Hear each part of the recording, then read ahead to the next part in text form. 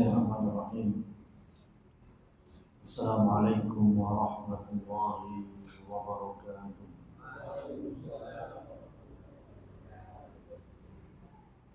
Innal hamdalillah nahmaduhu wa nasta'inuhu wa nastaghfiruh wa natubu ilayhi wa na'udzu billahi min shururi anfusina wa sayyiati a'malina. May yahdihillahu fala mudilla lahu wa may yudlil falan tajid lahu waliyyan mursyida. Asyhadu an la ilaha illallah wahdahu la syarika lah wa asyhadu anna Muhammadan abduhu wa rasuluh. Allahumma shalli wa sallim ala nabiyyina Muhammad amma ba'du. Rekan-rekan sekalian yang dirahmati oleh Allah Subhanahu wa taala, bersyukur kita jadikan sebagai awal dalam kajian kita pada pagi hari ini. Rasa syukur kita kepada Allah Subhanahu wa taala, di mana Nabi kita telah mengingatkan, idza aradallahu khairan li 'abdihi. Dalam riwayat yang lain, man ahabballah abdahu ista'malahu. Jika Allah Subhanahu wa taala menginginkan dan mencintai dari hamba-hambanya ini yang beriman, maka niscaya Allah akan memberikan kesibukan kepadanya. Artinya kesibukan di sini dijadikan hambanya itu semangat di dalam beramal soleh, semangat di dalam beribadah. Maka manusia yang paling banyak amalnya siapa? Para nabi dan para rasul. Dan mereka adalah manusia-manusia yang paling Allah cintai. Maka ketika di awal pagi ini kita sudah disibukkan dengan ta'lim, dengan beraktivitas yang bermanfaat, maka ini suatu tanda jika Allah Subhanahu wa taala menginginkan kebaikan bagi kita. Rekan-rekan sekalian yang dirahmati oleh Allah Subhanahu wa taala,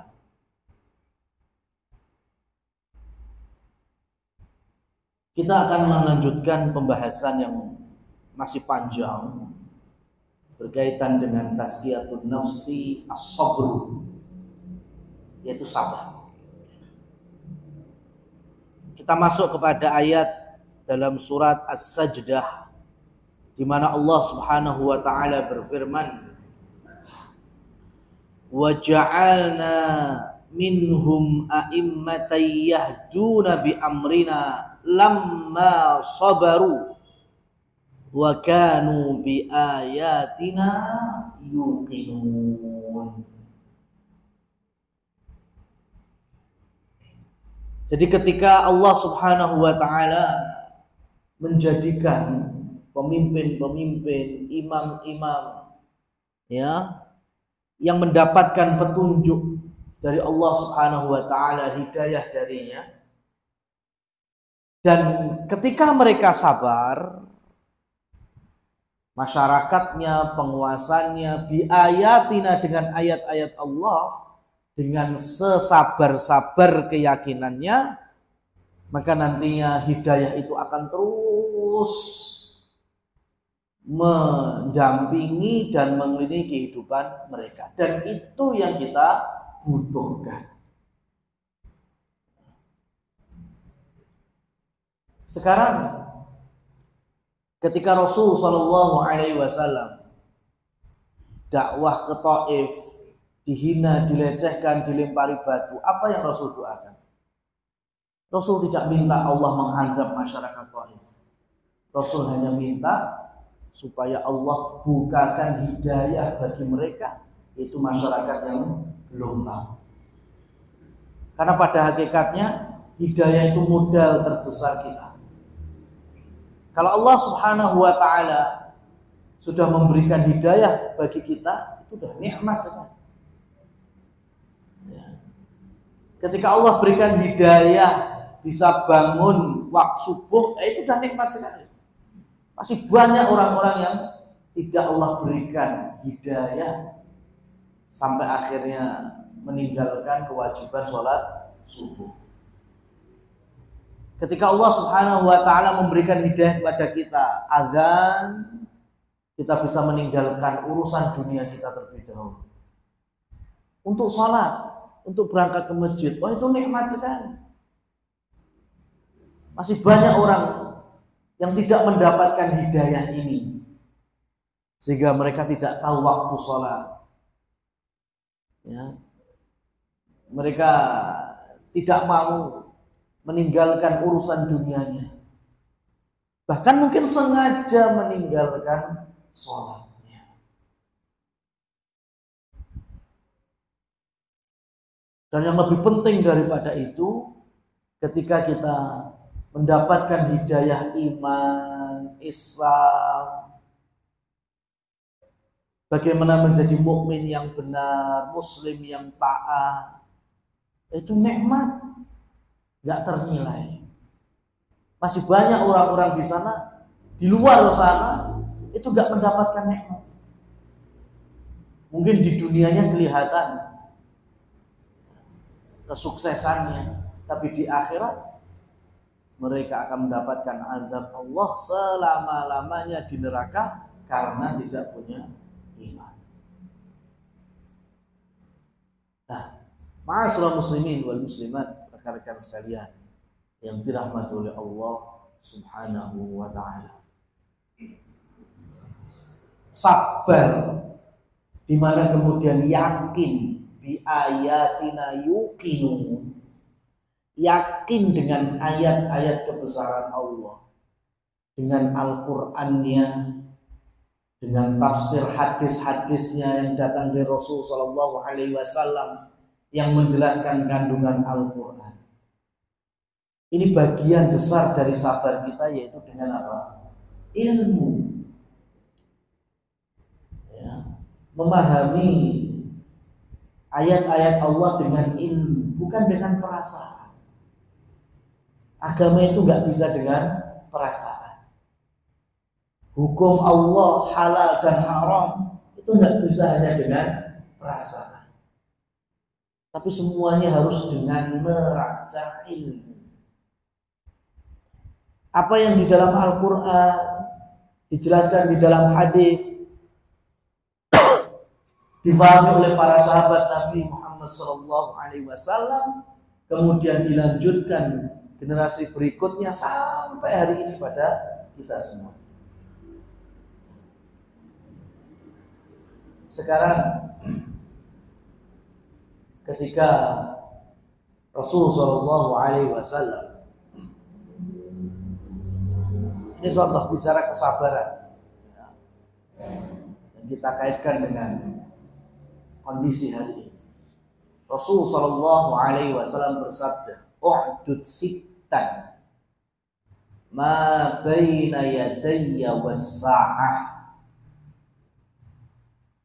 Hitunglah ada 6 peristiwa, ada 6 hal, 6 kejadian yang antara aku sampai hari kiamat tegak.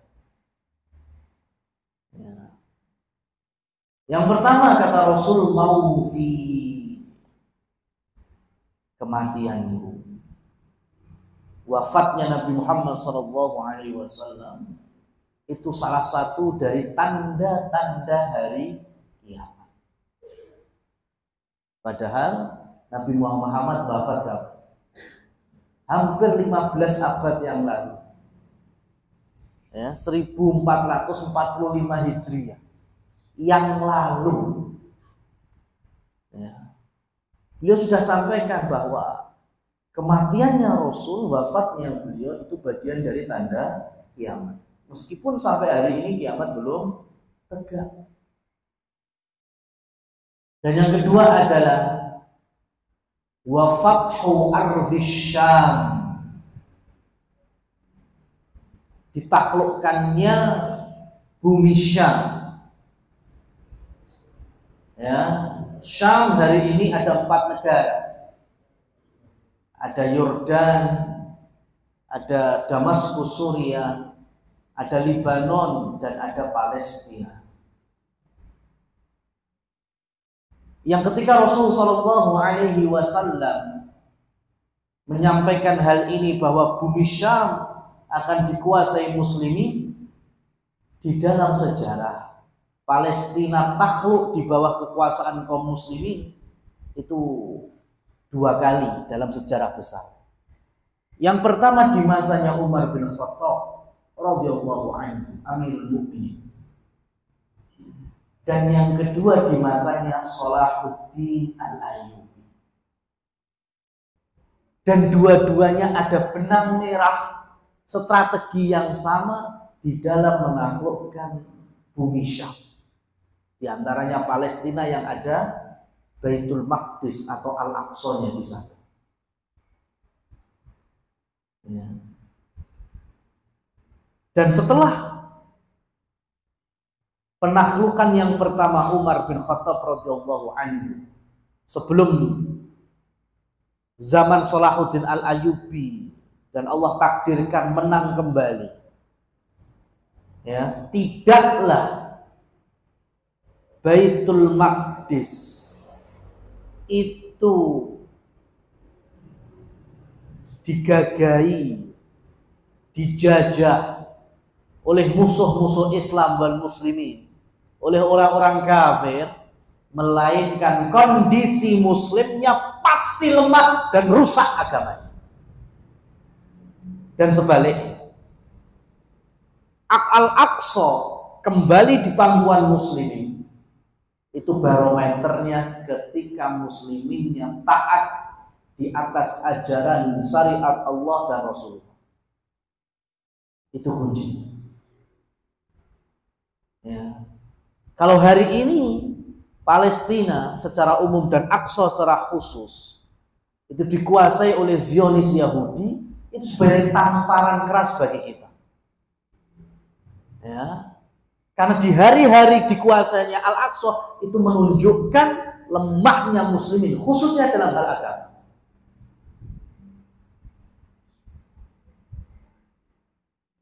Maka dari zaman Umar bin Khattab, kemudian zamannya Salahuddin Al-Ayyubi, itu cara menaklukkannya, strateginya sama.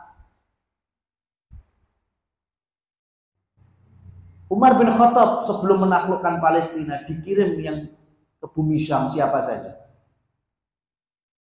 Dari panglimanya ada Khalid bin Walid, ada Amr bin As, ada Mu'ad bin Jabal, ada Abu Ubaidah ibn Jarrah, ada Surahbil, ada Ikrimah. Ini perwakilan aja. Yang rata-rata mereka semua adalah skill militernya mumpuni dan mereka adalah ahli ilmu. Mu'ad, apa kata Nabi? Dari umatku ini yang paling tahu halal dan haram adalah Mu'ad bin Jabal. Abu Ubaidah ibn Jarrah, salah satu dari 10 sahabat yang dijamin masuk surga dan menguasai ilmu. Jadi Umar bin Khattab mengirim terlebih dahulu orang sahabat-sahabat yang berilmu ke bumi Syam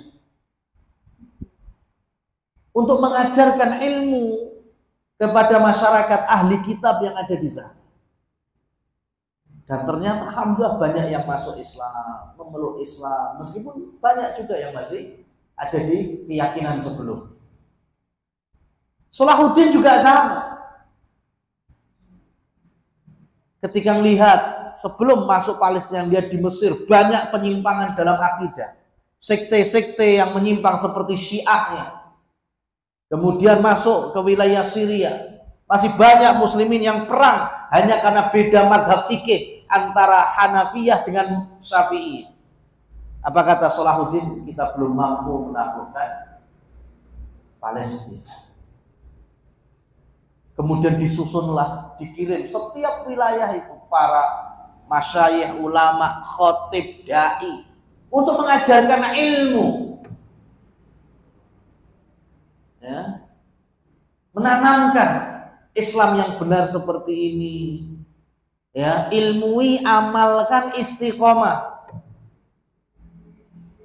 Sehingga Mesir lama-kelamaan Syiahnya mulai terusir. Beirut, Libanon, Yordan, mereka kemudian sudah tidak lagi ada pengkultusan madhab. Ya, yang mau pakai Hanafi silahkan, mau pakai Malikiyah silahkan, Syafi'iyah silahkan. Suriah juga demikian. Ujung-ujungnya setiap Jumat khotib dan masyarakat mulai mampu mendoakan kebaikan bagi penguasa Muslim. Yang hari itu dinasti terbesarnya adalah Abbasiyah. Ya. Kemudian musliminnya, yang laki-lakinya sudah memenuhi masjid-masjidnya, mulai dari subuh, zuhur, asar, maghrib, isya'nya. Sudah nggak ada lagi muslimin yang kemudian melakukan ritual-ritual perdukunan, sihir, menyembah kubur, dan lain seterusnya. Maka hari itu Salahuddin Al-Ayyubi baru memekikkan hayya 'alal jihad, ayo kita berjihad, dan Allah menang. Hari ini kita nggak sabar dalam proses seperti ini. Kita mudah sekali dikompor, ya, mudah sekali disulutkan emosi. Jamaah yang dirahmati Allah, rekan-rekan sekalian. Pernah saya sampaikan bahwa dari awal saya sudah paham bahasa Arab sampai hari ini, saya tidak percaya berita yang berkaitan dengan dunia Islam, khususnya Timur Tengah dan Arab, ya, yang sumbernya terima share-sharean WA. Ya, saya nggak pernah percaya. Apalagi yang sumbernya CNN, BBC.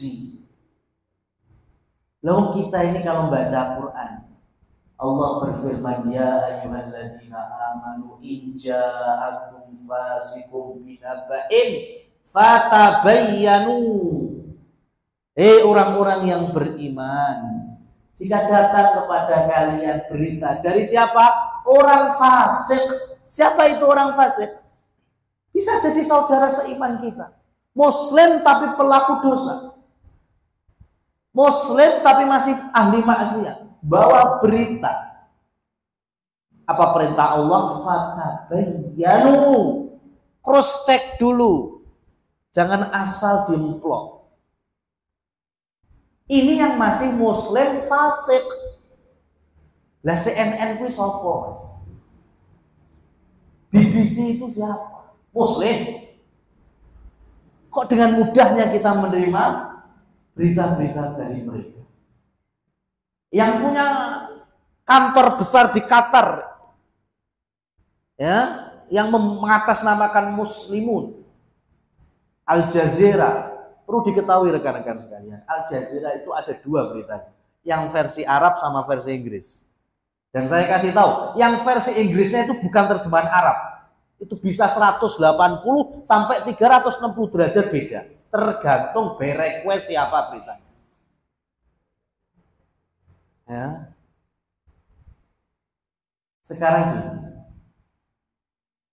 di Timur Tengah itu website resminya itu ada penanggung jawabnya. Nggak seperti portal berita di kita, wah itu kur gedok tular tok. Ya, kalau di sana itu ada website resmi.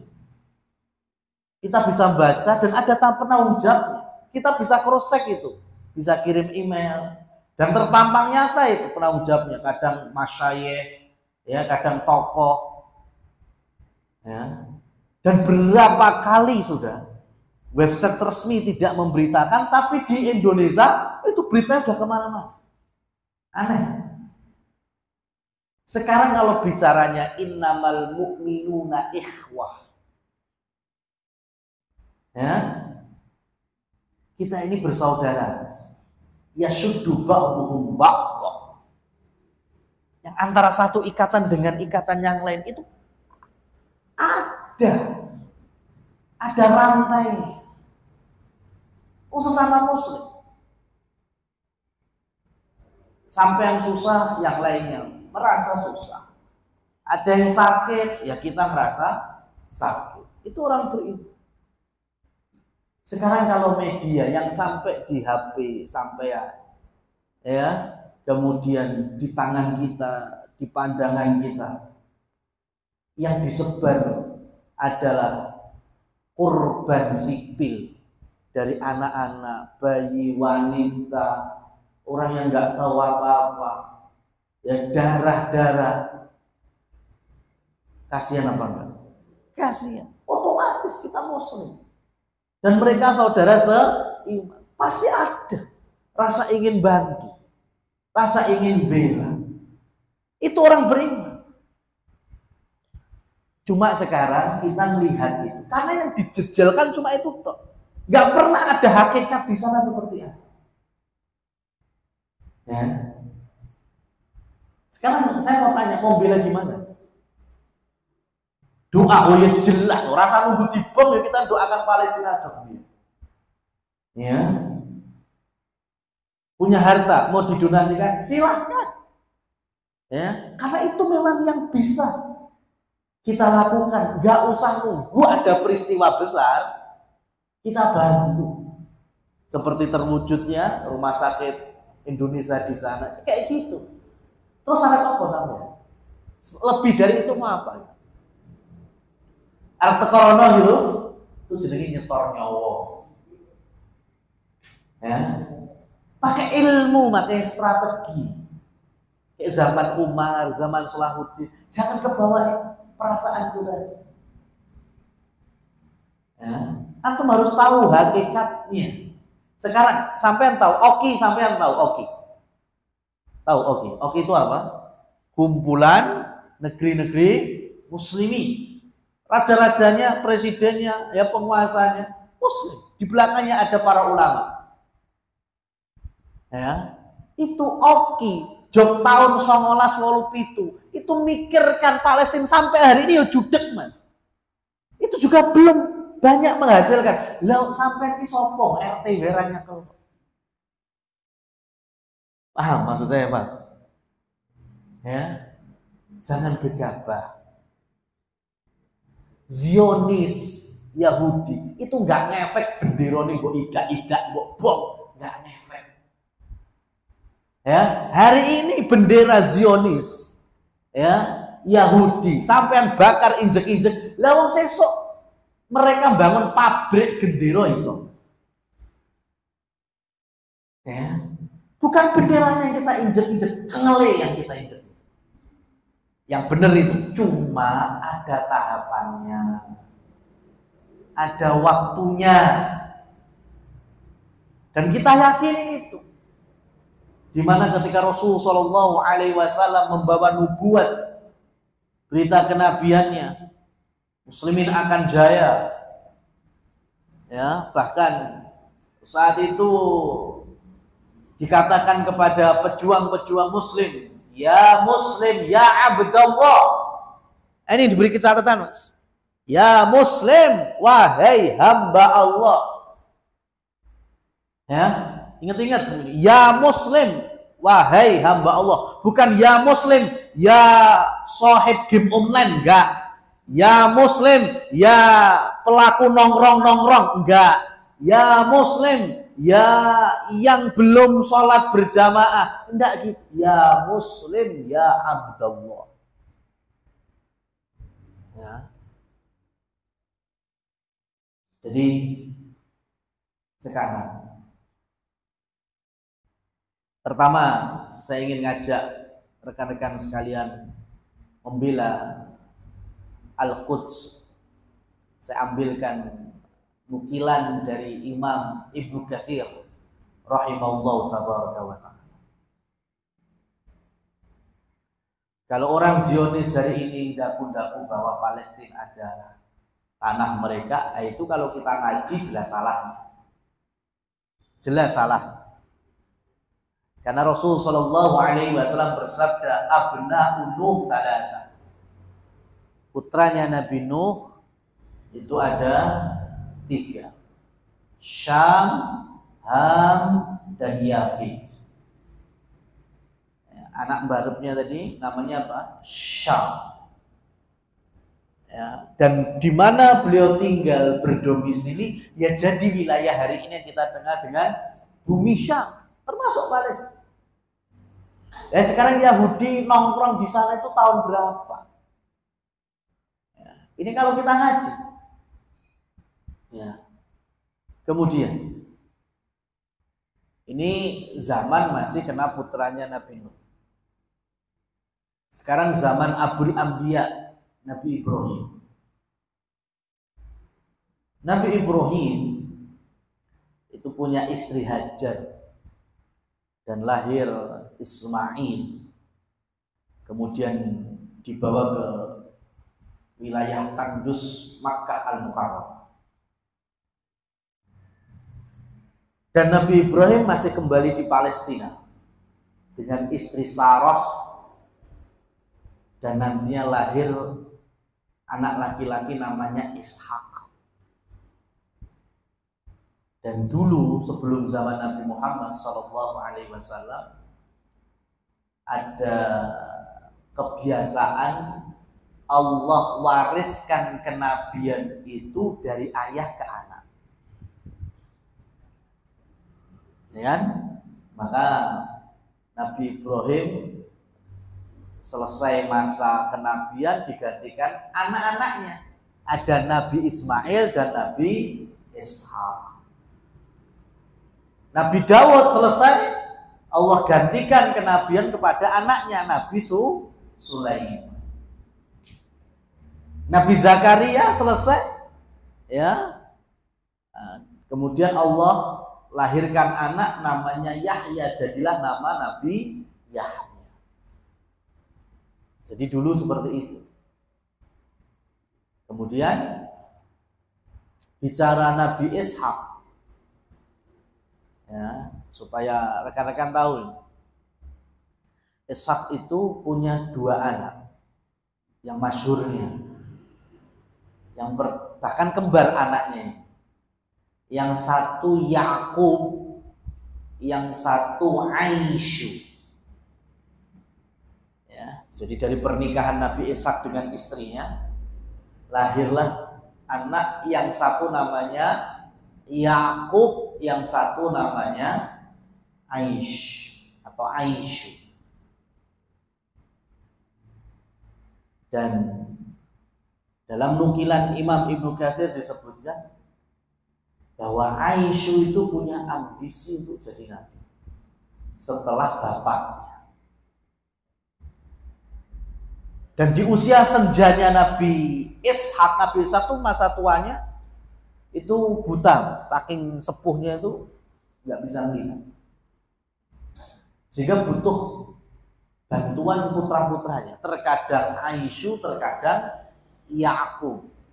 Dan suatu malam ketika yang menemani adalah anaknya yang Yakub, kemudian Nabi Ishak memegang kepala anaknya dan berdoa kepada Allah, ya Allah, putraku ini yang akan meneruskan kenabian. Ternyata Nabi Yakub. Otomatis Aish geloy, kecewa, kan dia punya ambisi untuk jadi nabi. Nah, kemudian selesai masalah Nabi Ishak. Masuklah di generasi Nabi Yakub. Nabi Yakub itu nantinya menikah. Di zaman syariatnya Nabi Yakub, Ishak, Ibrahim itu diperbolehkan dalam satu tali akad pernikahan itu Mbak Yu Adi boleh dinikahi. Ya. Jadi syariatnya saat itu Mbak Yu Adi itu boleh dinikahi bareng. Cuma larangannya tidak boleh ngelangkai. Paham? Paham ini ya? Nabi Yakub akhirnya ingin menikahi perempuan cantik di zaman itu namanya Rahil atau bahasa Ibraninya Rahel. Cantik. Tapi kata ayah Rahel, nggak bisa Yakub. Kamu nggak bisa nikahi putriku Rahel karena Mbak Rahel belum nikah. Kan nggak boleh dilanggai. Kalau kamu pengen nikahi Rahel, maka nikahi pula kakak perempuannya, namanya Elia.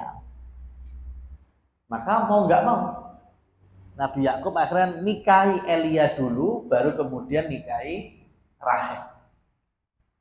Dan Elia tidak secantik Rahel. Nah, Nabi Yakub menikah dengan Elia, melahirkan 7 anak laki-laki. Ya.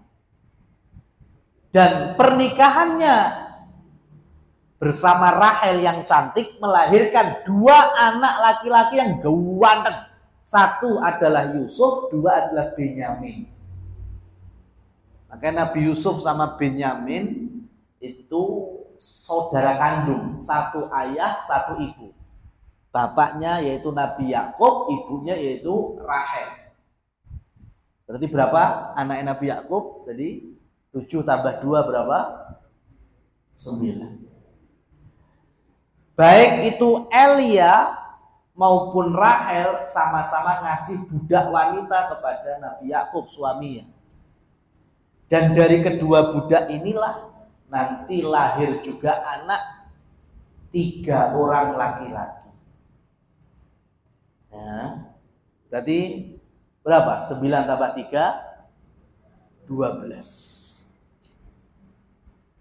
Nabi Yakub dari masih melayani ayahnya Nabi Ishak alaihi salam sampai jadi nabi, sampai punya istri dan anak-anak, itu punya kebiasaan jalan malam untuk bersedekah ataupun beribadah. Jalan malam itu mau pakai bahasa Arab, mau pakai bahasa Ibrani, itu sama, mirip, yaitu Isra, itu jalan malam. Makanya Rasul jalan malam dari Mekah ke Madinah ke Palestina sebutannya Isra. Palestina munggah neng langit baru Mi'raj. Maka kejadiannya dikenal dengan Isra dan Mi'raj.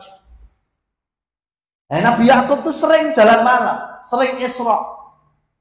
Untuk apa? Untuk bersedekah, beribadah kepada siapa? Allah, menjadi hamba Allah yang baik. Allah atau Tuhan dalam konsep Ibraninya nyebutnya adalah Il. Ya. Il, Elia, nah itu ketuhanan. Makanya kemudian digabung sosok yang jalan malam menjadi hamba Allah, Israil. Paham ini? Sehingga Israil itu adalah nama lain, gelar atau julukan untuk Nabi Yakub. Dan ke-12 putranya yang nanti akan menjadi keturunan-keturunan besar, mereka punya julukan Bani Israil. Bani artinya anak keturunan, Israil siapa? Nabi Yakub. Karena kenyataannya demikian. Bani Israil artinya anak keturunannya Nabi Yakub alaihissalam. Paham saya sini? Berarti Israil atau bahasa hari ini Israel itu nama siapa?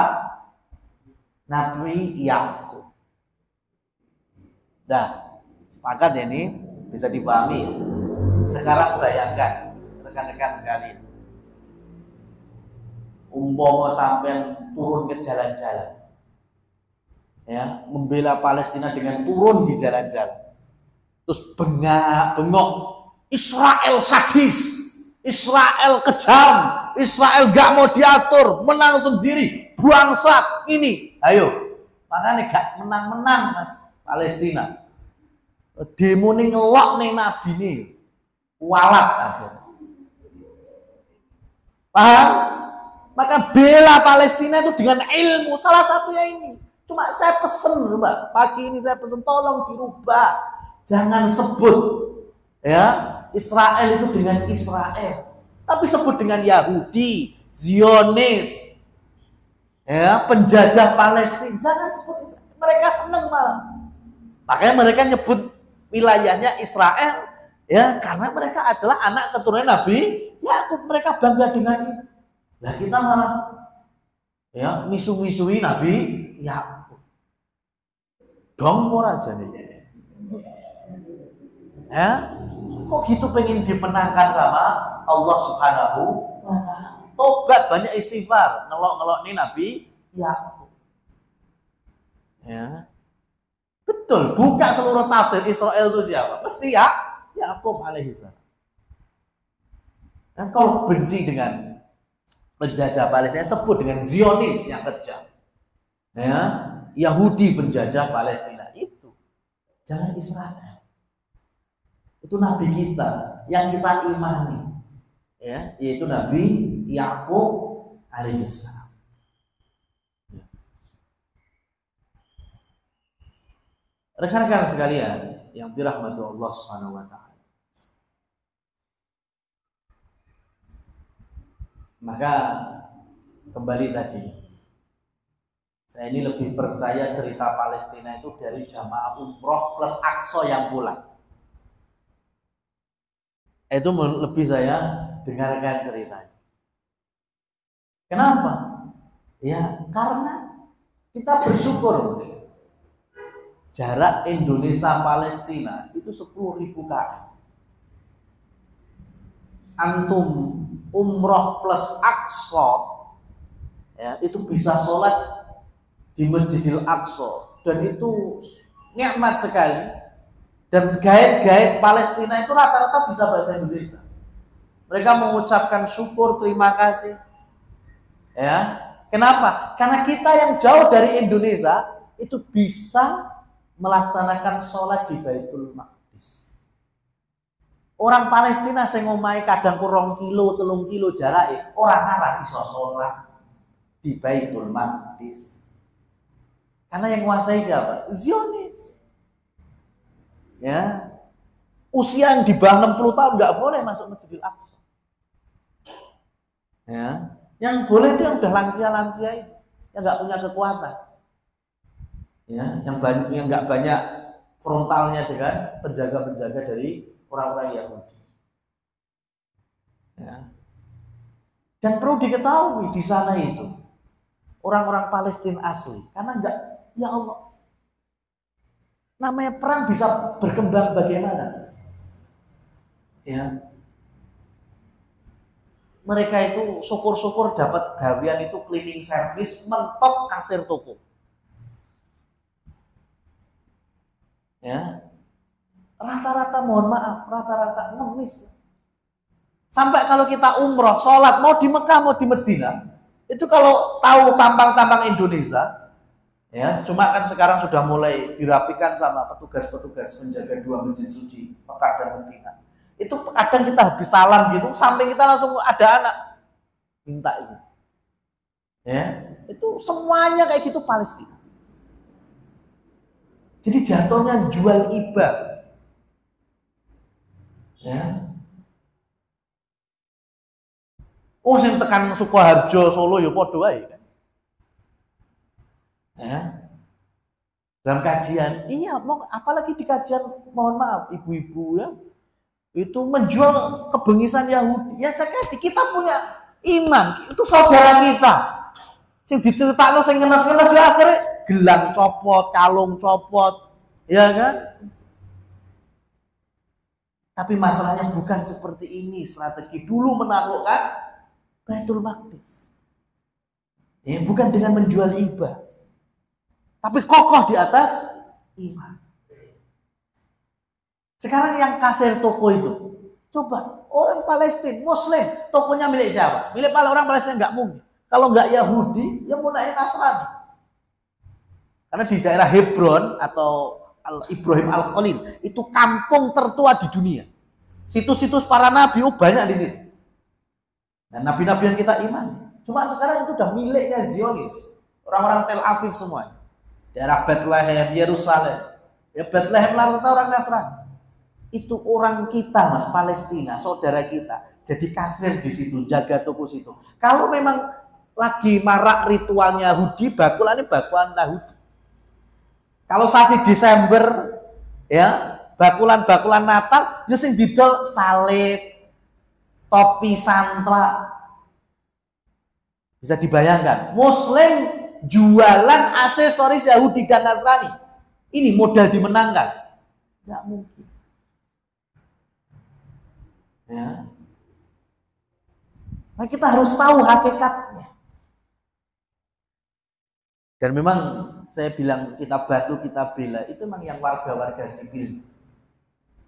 Ya. Kalau bagian dari militernya saya belum jamin, karena itu ada pembahasan tersendiri khusus. Ya. Karena dua regu besar militer, Hamas dan Fatah, nggak pernah bersatu. Sekarang kan gini aja toh. Sekarang Gaza dikuasai, umpamanya Hamas penguasa militernya. Lek pengen ngerudal neng Tel Aviv misalnya. Itu kan pasti akan dibalas dengan ribuan rudal-rudal miliknya Zionis. Itu kan memang nggak bisa bilang ke rakyatnya, ngungsi dulu yo. Ya kan? Ngungsi dulu, pindah kemana? Ya wilayahnya Fatah aja lah. Kita kan bestie nih, ya kan? Kita nyerang, kita diserang, kita sembunyi dulu di sana. Kan bisa. Tapi nyatanya nggak ada seperti itu. Yang ada langsung coba luncurkan. Wih, 5 diluncur nih, 50 diluncur. Dibalas ribuan rudal ke Gaza. Akhirnya warga sipil yang menang. Maka memandang itu harus hakikat. Jangan hanya sebatas sampul. Kalau sampulnya itu kita bela dengan mendoakan. Ya, kemudian ini tadi sabar di dalam berstrategi untuk menaklukkan Palestina, tapi nggak mudah dari dulu. Cuma dulu itu juga nggak terlalu panjang. Ya, kita ini kan dari 1987 ibaratnya sampai sekarang kok enggak? Berarti kan ada kesalahan. Dulu ketika Khalid Amr bin Aus bilang, ayo kita masuk Baitul Maqdis. Itu yang keluar-keluar mereka, itu prajurit yang lihat, oh komandan. Salahuddin Al-Ayyubi, ya, ketika ayo kita masuk, kita taklukkan Palestina dengan izin Allah. Prajuritnya tahu siapa, oh Salahuddin ada di depan. Hari ini, oknum-oknum yang gawe korban sipilnya, udah jangan tinggalkan Palestina, jangan tinggalkan Gaza, wes pokoknya kudu bela diri, diserang balas nyerang, mati yo syahid. Sekarang pertanyaannya, sing keluar-keluar kok enak nek kono? Bisa jadi dia di negeri mana, nyaman, di hotel makan enak, ya, sing diobong-obongi itu yang akhirnya menjadi korban. Ini salah satu pasnya strategi dan terburu-buru. Nanti kalau kita nggak kayak gini terus, Masjidil Aqsa bisa di tangan penjajah, bisa hancur dan seterusnya. Kaum muslimin muslimat yang dirahmati oleh Allah, Ka'bah hancur pernah tahu? Ka'bah hancur pernah tahu? Ka'bah itu pernah hancur secara alam, banjir. Itu beberapa kali dibangun lagi.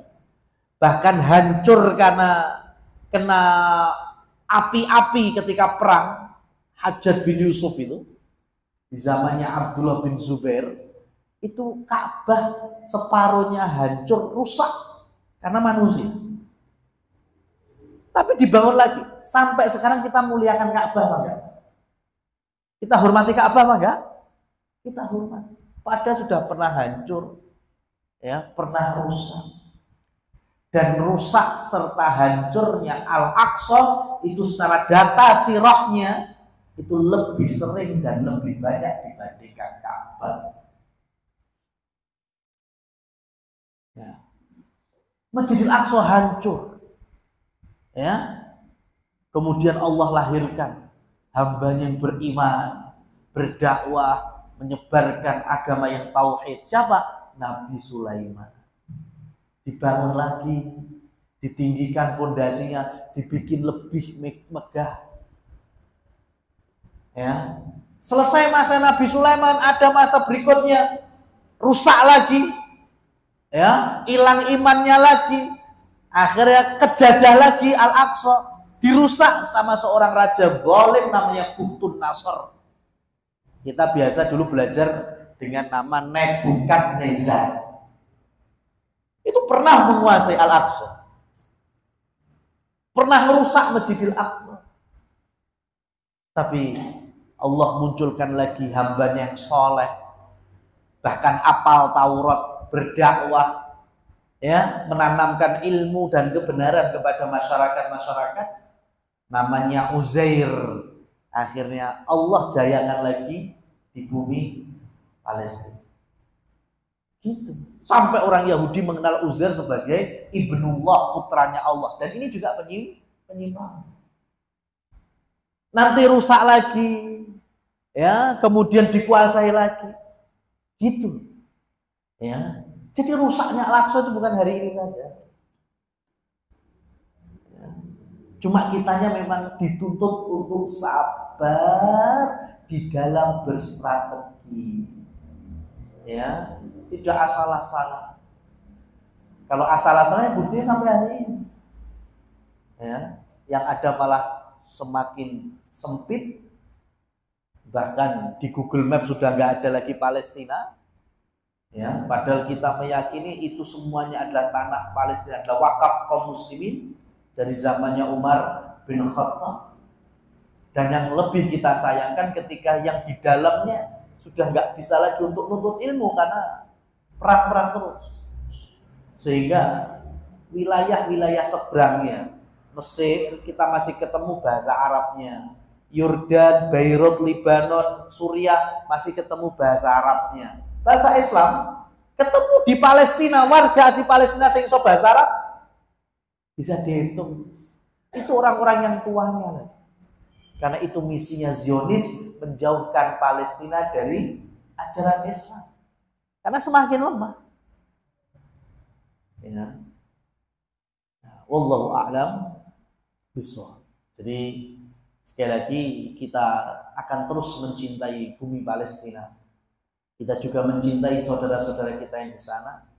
Ya, kita pun juga mendoakan semoga Allah berikan kesabaran, ketabahan, kelapangan, dan kita juga mendoakan semoga Allah berikan hidayah bagi mereka untuk kembali, ya, mengikuti majelis-majelis ilmu, dekat dengan para ulama, mengikuti arahan para ulama, ya, dan tidak beragama sesuai hawa nafsu, berperang pun juga sesuai hawa nafsu, tapi semuanya dilandasi dengan ilmu. Wallahu a'lam bishawab. Waktu dan tempat kami kembalikan ke pembawa.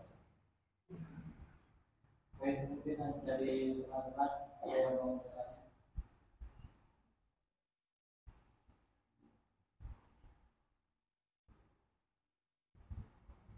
Baik, keluarga saya akhiri tentang kajian akhiri apa atau panjang. Umma wa bihamdika asyhadu an la ilaha illa anta astaghfiruka wa atubu ilaik. Assalamualaikum warahmatullahi wabarakatuh. Wa